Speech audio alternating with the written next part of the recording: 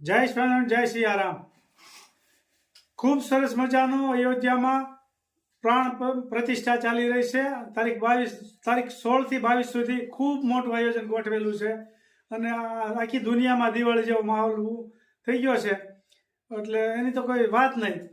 એક થોડીક ભગવાન વિશેની વાત કરી દઉં કે શ્રવણ જ્યારે ચારધામની યાત્રા કરાવતો હતો, કાવડ લઈને ખંભે, અને ચારધામની યાત્રા કરો તો એના મા બાપ તરસ્યા ખ્યા હશે, ત્યારે કે બેટા પાણી ભરીએ ને તરસ લાગી છે, એટલે શ્રવણ પાણી ભરવા ગયો નદીના કાંઠે। બરોબર નદીમાં પાણી ભરતો ને ઘડુલિયો ઉડાડ્યું, બુડ બુડ બુડ બુડ અવાજ આવ્યો, ત્યારે બરોબર દશરથ રાજા શિકાર કરવા નીકળ્યા છે। એ વખતમાં શિકારનું હશે વળી, અને તીર માર્યું અને બરોબર શ્રવણની છાતીમાં વાગ્યું, એટલે શ્રવણ અહીંયા માં ને બાપા ને એવું કરતો રહ્યો અને પ્રાણ પંખીડું ઉડી રહ્યું। અને ત્યાં દશરથ રાજા દોડીને આવ્યા એની પાસે કે શું થયું? એ કે મને આ બાણ માર્યું છે, એ કે મારથી ભૂલથી વાગી ગયું, મને એમ હતું કે કંઈક હરણ હશે આમ, તો કે મારા મા બાપ તરસ્યા છે ને ઓલા ઝાડની નીચે બેઠા છે ને પાણી પાઈ ગયું, એમ કરીને એનું પ્રાણ પંખીડું ઉડી ગયું। દશરથ રાજા બહુ ખૂબ પસ્તાણા છે કે આ બહુ મોટું મારાથી પાપ થઈ ગયું। પછી દશરથ રાજા ઘડુલો લઈને પાણી ભરવા અને લઈને જાય છે એને મા બાપને પાવા। પછી કંઈક બેટા કેમ બહુ મોટું થયું, અમે કઈના વાટ જોતા હતા એવું મા બાપ પૂછે છે। પોતે ભાળતા દેખાતું નહોતું કાંઈ, એટલે 2-3 વખત પૂછ્યું, પછી માથા ઉપર હાથ ફેર્યો, એટલે ઓળખી જાય કે સો કોણ તું શ્રવણ નથી? એ કે હું અયોધ્યાનો દશરથ રાજા છું, મારથી હું શિકાર કરવા નીકળ્યો હતો અને તમારા શ્રવણના બાણ વાગી ગયું ને એનું પ્રાણ પંખીડું ઉડી ગયું। એટલે શ્રવણના માતા પિતા તો ધ્રુજમાં મળ્યા અને તડપવા મળ્યા। એ કે અમે શ્રવણ વગર 1 કલાકે જીવી ન હગી, જેવા અમે તડપી તડપીને મરશું ને એવું તું તડપી તડપીને મરે, એવું દશરથ રાજાને હરાપ આપી દીધો। પછી દશરથ રાજાએ વળી કઈને ક્યાંક મહારાણી કઈને ક્યાંક આપ્યા છે 2 વચન, એટલે એ જે રામને હવારમાં ગાદી હોપવાની હતી અને આખી અયોધ્યામાં આખી દુનિયામાં આનંદનો પાર નહોતો ક્યાંય। અને ઓલી મંત્રા એની કામ કરવાવાળી એને કઈ મહારાણી કઈને કાન ભંભેરણી કરી કે તમે જો એને ગાદી હોપી દેશો એટલે તમે તો એના મજૂર થઈ ગયા કહેવો। રામ ગાદી હોપી એટલે તમારે જે કામ કરવું કે એ કરવું પડશે, તમને કાંઈ મળશે નહીં। તો કઈ રાણી કહે કે મને તો બહુ રામ વાલા છે નામ ને તેમને, પણ 1 વખત કીધું, 2 વખત કીધું કે હું તો કામ મળે છું, મારે હું પછી તમે પછતાઈ છો ને એવું બધું કીધું ને। પછી મહારાણી કઈને સાચું લાગ્યું કે નહીં સાચું છે, તો એ કે મારે શું કરવું, કેવી રીતે મારે ના પાડવી ગાદીને? એટલે કે મંત્રા હું કે તમે 2 વચન માંગેલા છે ને? એ કે હા। એ કે તો તમે એમ માગી જો, મંત્રાની સલાહ લીધી કઈ કે રાણી સમજી લેજો। એ કે રામને 14 વર્ષ વનમાં મોકલી ગયો અને ભરતને ગાદી હોપી ગયો, આવું દશરથ રાજાને કહો એટલે તમને આપશે આપડા। એટલે આને તો સવારે ગાદી હોપા ને કઈ રાણી તો નાટક કર્યું ને હોઈ ગયા ને કોઈ એનું સાંભળે ને કાંઈ નહીં। દશરથ રાજાએ કીધું શું થયું છે? એટલે કે રામને 14 વર્ષનો વનવાસ અને ભરતને ગાદી એવું કીધું ને, તો દશરથ રાજા 2 ભાન થઈ ગયા હસોડા, અને આમ હસોડો 2 હોશ થઈ ગયા, અને કઈ રાણી તેનો જીદ પકડી રાખી। પછી રામ આવે છે મળવા, એ કહે કે આવી રીતનું મેં વચન દીધા હતા અને આવી રીતે મહારાણી કઈ આવી માગ્યા છે એટલે મેં એને આપ્યા છે। તો રામ તો દાંત કાઢવા મળ્યા, કે આ તો મારા ભાગ ક્યાંથી, મને 14 વર્ષનો વનવાસ, મને ઘણા જીવનો કલ્યાણ કરવાનું મળશે, એમાં આવા મારા ભાગ ક્યાંથી? એ તો રાજી કહેતા, એને બિલકુલ દુઃખ એક દોરાવાનું નહોતું।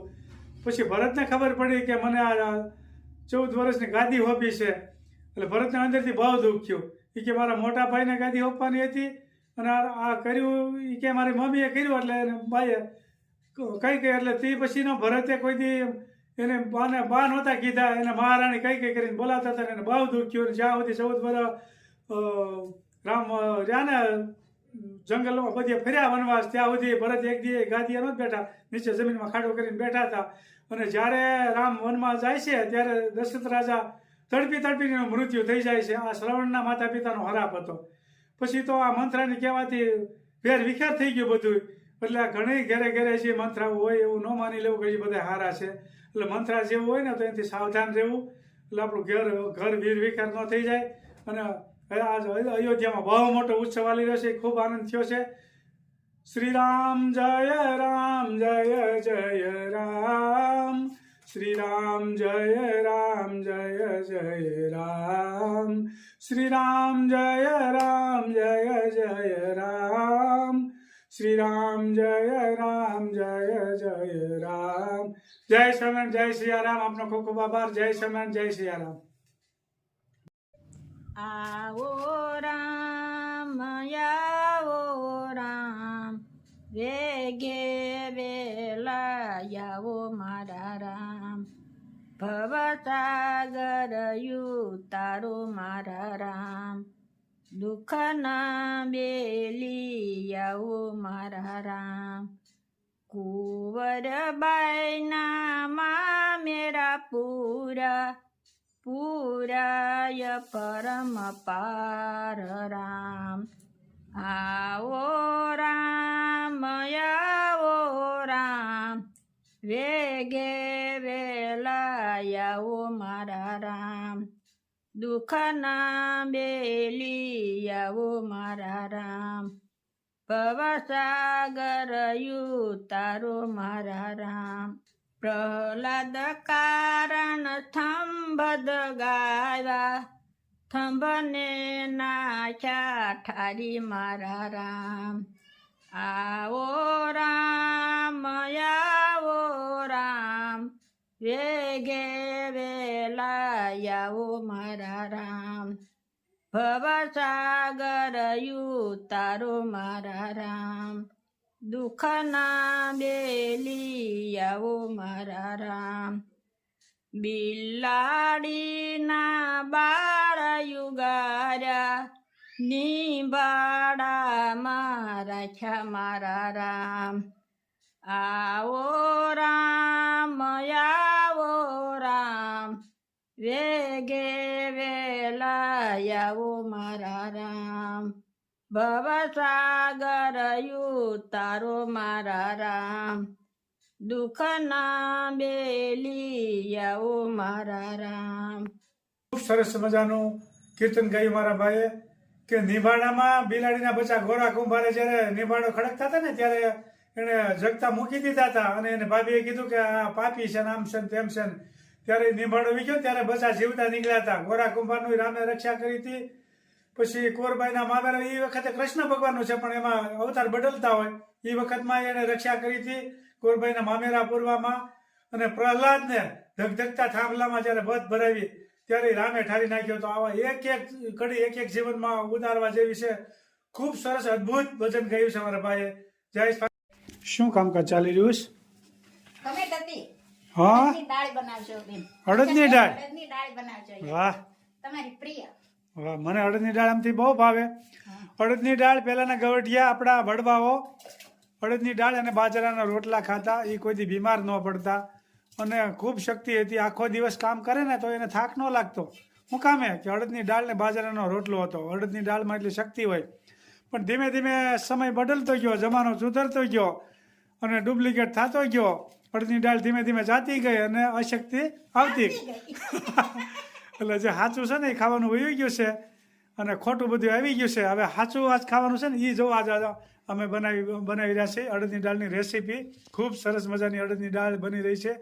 અમે અઠવાડિયામાં એકાદી વખત તો બનાવીએ જ, પણ હજી ઓછું કહેવાય. અઠવાડિયામાં 2 વખત બનવી જોઈએ અને મેથી અઠવાડિયામાં 2 વખત આવી જાય. અઠવાડિયામાં 4 દી તો કઠોળ જ હાલવો જોઈએ. શરીર માટે ફાયદાકારક છે, કોઈ દી બીમાર જ ન થાય. મીઠું નાખ્યું અને ઉપર થોડુંક તેલ નાખવાનું એટલે ઉભરો ન આવે. પછી 3 સીટી કરવાની, 3-4 બફાઈ જાય. પછી કોઈ વઘારેલી ખાય, કોઈ એમનેમ ખાય. પછી એ તો મને ખાવાની ખબર પડે, આમાં સીટી કરવી ન કરવી એ બધી મને બહુ ખબર ન હોય, પણ ટેસ્ટ મસ્ત બની છે એટલી ખબર પડે. વઘાર કરશે તો પણ હવે આવું રોજ જોઈ ને આવડી જાય કદાચ રાંધતા, એનું કઈ નક્કી ન હોય.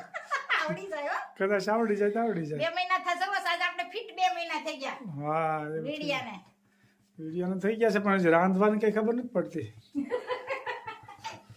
તો સરસ મજાની અડદની દાળ બની રહી છે. ઢક્કન કરો બંધ. બપોરે બતાવીશું. હવે તૈયાર થાય ત્યારે બતાવીશું સરસ મજાની અડદની દાળ.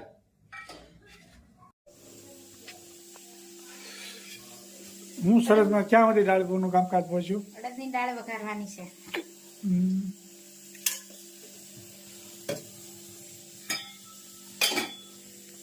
આજ વઘાર કરીને બનાવી. સરસ મજાનો મસાલો અડદની દાળમાં નાખવાનું હોય બધું. ટમેટા, લીમડો કોથમીર. કોથમીર, અડદની દાળનો મસાલો છે લીલો.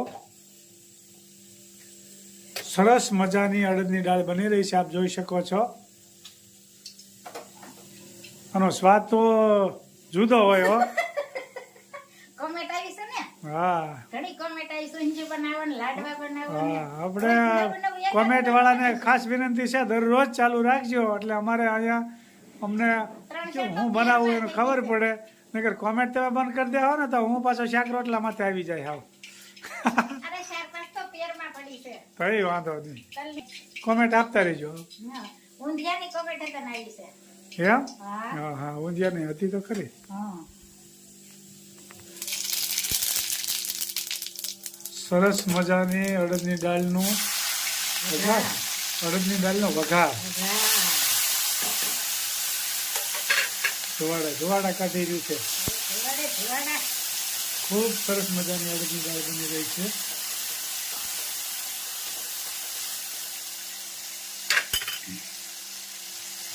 અને એક કોમેન્ટ આવી હતી કે તમે ન બોલો, પવન બોલવા જાઓ. મારે કઈ બોલવું પછી? તમે જે ચાલુ રાખજો, બીજું હું. પણ એમને આપણે વિગત તો આપવી પડે ને. હા, વિગત આમાં હું હા. નાખી કરું. હલ્દી, ચટણી, ધાણા જીરું, આ ટમેટાનો વઘાર કર્યો. આમાં પછી આ ટમેટાની ગ્રેવી થોડાક સડી જાય ને પછી આમાં દાળ આગળ ઉમેરશું, કુકર ખોલી. પછી રોટલા બનાવીશું, પછી ભગવાનને થાળ જમાડશું ને આપણે ઠાકર થાળી હારે કરી લેવું, બા ને હું ને તમે.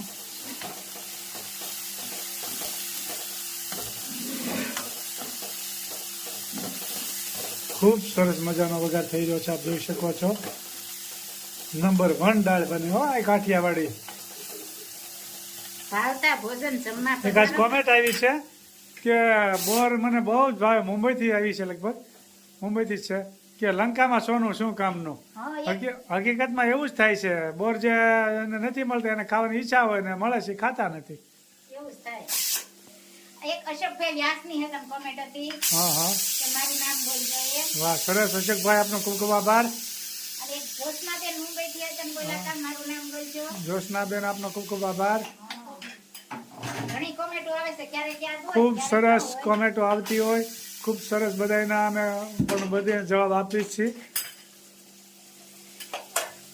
તો દાળ બની રહી છે.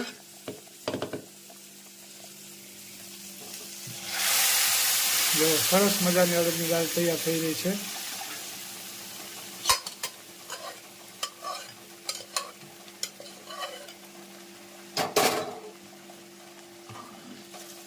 તૈયાર થઈ ગઈ એમ ને હાથે? હા, તૈયાર થઈ ગઈ. અડદની દાળ તૈયાર થઈ ગઈ છે. જમવા માટે વહેલા પધારો. જય સ્વામિનારાયણ. લાઈક કરો, શેર કરો, સબસ્ક્રાઇબ કરો અને કમેન્ટ કરો. Bye bye.